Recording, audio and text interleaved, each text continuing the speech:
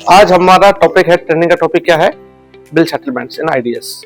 हमें क्या क्या प्रोसेस यूज करना होता है, प्रैक्टिकल ऑलरेडी कर चुके हैं, फिर भी कुछ थ्योरेटिकल कोई पूछता है तो थ्योरेटिकल भी नॉलेज होना जरूरी है।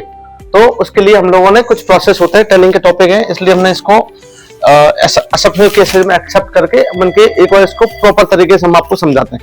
ठीक है, जो आपका सेटलमेंट होता है, बिल सेटलमेंट होता है, इस सिस्टम जो हमने प्रोसेस लिखा है, इस प्रोसेस के अलावा कोई भी दूसरा मेथड नहीं होता है।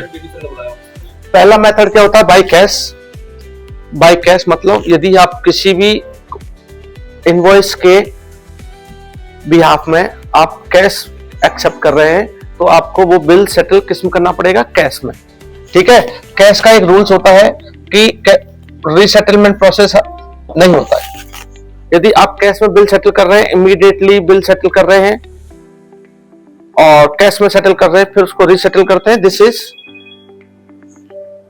The crime. एक क्वेश्चन मार्क होता है इस पर, this is the audit point.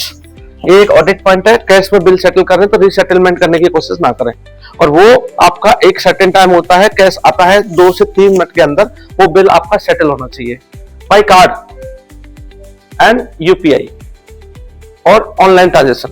UPI भी ऑनलाइन ट्रांजेक्शन में आता है। क्रेडिट कार्ड से जो भी पेमेंट रिसीव होता है वो इसमें आईडीएस में एक क्रेडिट कार्ड का ऑप्शन आता है, आइकन आता है।